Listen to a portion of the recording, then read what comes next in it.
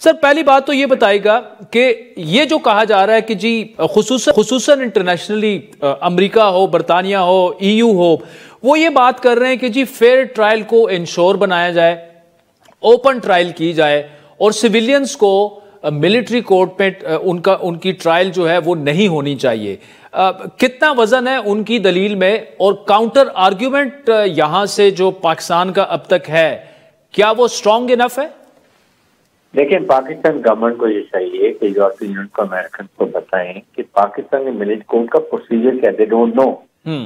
Problem ये है कि ये नहीं बताते कि जी पाकिस्तान में जब मिलिट्री ट्रायल होता है तो सिविलियन को पूरा हक हासिल है कि वो अपनी मर्जी का डिफेंस सिविलियन लॉयर कर सकते हैं। नंबर 2, अपनी मर्जी के 200 अगर एविडेंस हैं ला सकते हैं डिफेंस के, वो ला के रिकॉर्ड होंगे। नंबर 3, एक्यूज को अपनी सफाई का पूरा हक होगा। नंबर 4, इंसाफ के तकाजे कंप्लीट किए जाते हैं इसलिए कि इस कोर्ट के डिसीजन के बाद they can go to high court and they can go to supreme court of Pakistan. तो अगर यहाँ पर मिलिट्री कोर्ट में तमाम इंसाफ के तकाजे पूरे नहीं होंगे तो वहां पर वो को रेमेडी मिल जाएगी। इसलिए ये बात बिल्कुल कहना गलत है। और second, we must understand the difference एक है, पाकिस्तान जो आपके एंटी टेररिस्ट कोर्ट्स हैं और जो स्पेशल ट्रायल कोर्ट्स हैं, उनके पास 20-20, 25-25 केसेस होते हैं। एक केस सुनते हैं, 2 महीने के बाद दूसरे केस की बारी आती है। यहाँ पर यह है कि एक प्रेसिडेंट होता है बोर्ड का, उसके 2-3 मेंबर होते हैं और वो डेली बेसिस पे केस सुनते हैं, मतलब एक ही केस होता है।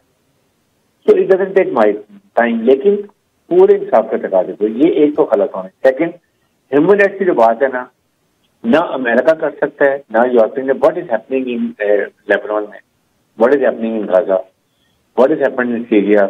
आप बात में वहां जो 50,000 से लोग तकरीबन मारे गए हैं, वो रिस्पॉन्सिबल है, उसकी तो वो बात नहीं करते हैं। ठीक। अच्छा आरिफ नवाज साहब, इसमें जो एक सवाल है जो आप बता रहे हैं कि ये कोर्ट्स के फैसले जो हैं, मिलिट्री ट्रायल जिनका हो जाता है, ये हाई कोर्ट में भी चैलेंज होंगे, सुप्रीम कोर्ट में भी चैलेंज होंगे और ऑब्वियसली इन 2 अदालतों में जब ये चैलेंज हो जाते हैं तो ओपन ट्रायल होगा, वो अपने दिफा में सबूत ला सकते हैं, सारा सब कुछ कर सकते हैं।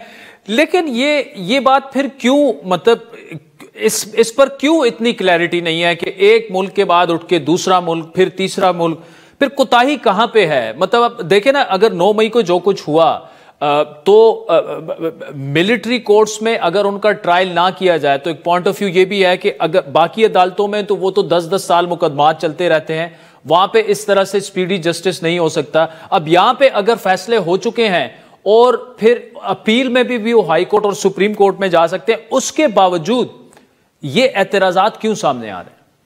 देखिए, वजह ये है, अभी आपके सामने अमेरिका में कैपिटल हिल क्या हुआ था और कितने शॉर्ट टाइम में उन्होंने 10-10 साल कैद सजा दिया। यूनाइटेड यूके में क्या हुआ, फौरन सबको टिका की सजा दी। पाकिस्तान में प्रॉब्लम ये है कि अगर 10 साल लग जाते, आप मुझे बताइए कि जस्टिस डिलेड, आपने उनको मौका दिया कि यार कुछ नहीं होगा, 10 साल लगाओ, फौज में दोबारा अटैक कर दो, जाके जाओ जेएचक्यू पे चले जाओ, निशान हैदर शोहदा की जो यादगार है उनको तबाह करो। This is the difference. Pakistan मिलेगी कि यही पॉइंट ऑफ व्यू है। लेकिन अगर 9 मई के वक्त जल्दी सजाएं हो गई होती तो आज ये ना 26 नवंबर होता, ना 24 नवंबर होता, ना इस तरह भी होती। और सेकेंड है कि अब जबकि 25 लोगों को सजा हुई है तो जो इसके मास्टरमाइंड है, जिन्होंने ये एग्जीक्यूशन किया, जिन्होंने प्लानिंग किया, क्या उनको सजा नहीं मिली है? कि हाउ डेयर यू, आप लोगों ने गरीब लोगों को तो चाल दिला के उनको सजाएं दिलवा दी। आपने अगर इस वक्त फौज और मिलिट्री में खुदा न खास्ता सिविलियन में क्लैश हो जाता जो चाल दिला रहे थे, तो ये दुश्मन का नैरेटिव पूरा जगह फौज आपस में लड़ पड़े हैं। खुदा आरिफ नवाज साहब, जब हम मास्टरमाइंड की बात करते हैं तो ऑब्वियसली पता है कि इशारे किस जानिब हैं, लेकिन दूसरी जानिब जो हैं वो तो मुज़ाकरात भी शुरू हो चुके हैं। जो मंडे को एक केस का फैसला आना था 190 मिलियन पाउंड वाला, वो भी फिलहाल पोस्टपोन हो चुका है, वो शायद अब 6 जनवरी को होगा। तो ये अब 9 मई को हुए 1.5 साल हो चुके हैं, तो ये मतलब ये स्पीडी सजाएं तो नहीं है ना? होना तो ये चाहिए था कि 4-5 महीनों के अंदर अंदर फिर सजाएं हो जाती। वो उस सूरत में हो जाती है अगर कोर्ट से ना करते, कोर्ट उसको स्टॉप ना करते, डिसीजन को स्टॉप ना करते। प्रॉब्लम ये कि हमारा criminal justice system needs to improve. आपने जब आपके उस वक्त एपीएस के जब बच्चों के वक्त मिलिट्री कोर्ट बने नेशनल एक्शन प्लान में 2 साल के लिए, तो वहां पे तो यही हुआ, जब सजाएं दी कोर्ट ने, उसके बाद उनको हाई कोर्ट ने जाकर पेशावर कोर्ट ने छोड़ दिया। लेकिन उसमें यह डिसाइड हुआ था कि आप स्पेशल कोर्ट को, एंटी टेररिस्ट कोर्ट को इतना ट्रेन कर देंगे और उनकी इतनी सिक्योरिटी देंगे कि वो स्पीडी ट्रायल के लिए बाकी ज्यादा केसेस ना दे उनको, या यहाँ तक आगे कि मिलिट्री के कंटोनमेंट में लाकर उनकी आइडेंटिटी भी ना दिखाई जाए। यहाँ डर नहीं है, मिलिट्री में डर नहीं है। वो आप जो हमारे ऑफिसर्स हैं, they are not scared of क्या होगा, they have to do the duty. लेकिन लॉ का एक्सपर्ट, जज एक्सपर्ट जनरल ब्रांच का, वो उसका मेंबर होता है। देखिए अभी आपके सामने, आपके वो क्यों नहीं बात करें, जनरल फैज को कोर्ट मार्शल किया जा रहा है। सिविलियन अगर जाके मेरे जेएसक्यू में चले जाएं, यादगारों में निशाने हैदर याद करें तो आपको नुकसान पहुंचाए। एमएम आलम जिसको दुनिया में मिलिट्री एयर अकेडमी में पढ़ाया जाता है, उसको जहाज को गिरा तोड़ दिया जाए। लेकिन आरिस नवाज साहब, आर्ग्यूमेंट ये दिया जाता है ना कि जनरल फैज का अगर मिलिट्री ट्रायल हो रहा है तो he belongs to the military, लेकिन जो सिविल, जी सर, लेकिन बाकी बात अगर ये जाके कोर कमांड घर में जाके जो हाल किया है, जो जीएसक्यू में गए हैं, आईएसआई के हेडक्वार्टर पे गए हैं, निशाने हैदर जो थे उनकी यादगारों को नुकसान पहुंचाया, ये रियासत पे अटैक है।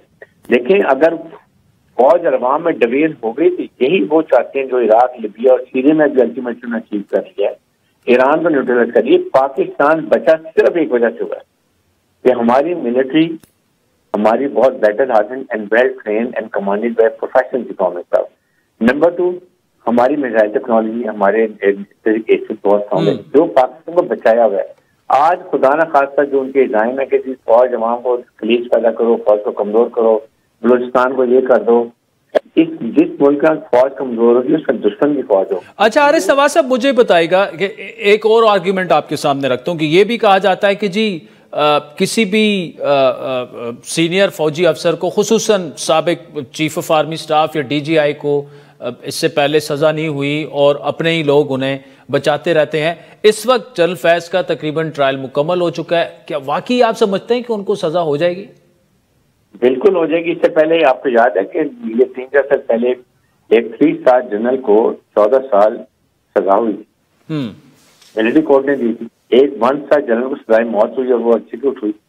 तो बात ये, हमारा मिलिट्री का बहुत कड़ा टफ अकाउंटेबिलिटी प्रोसीजर है। We don't compromise on it, तभी हमारी फौज डिसिप्लिन है। और ये अगर जिस तरह ये कामयाब चाह रहे थे कामयाब होते, खुदा ना खासा फौज के मोराल को फर्क दे, खुदा ना खासा फौज में कोई इंतशार होता। आप ये देखें, ये डिसिप्लिन फौज से बच गई है, इसलिए इस पे कोई कॉम्प्रोमाइज नहीं होना चाहिए। और कम अज कम या तो देखें ना, बानी पीटी आते हैं कहते हैं कि देखें मेरी पार्टी ने ये गलत काम किया है, आई एग्री, नहीं होना चाहिए। एंड मैं उनके बिहार में माजरत करता हूँ, आप माजरत भी नहीं करते, आप कहते हैं बिल्कुल ठीक है। चले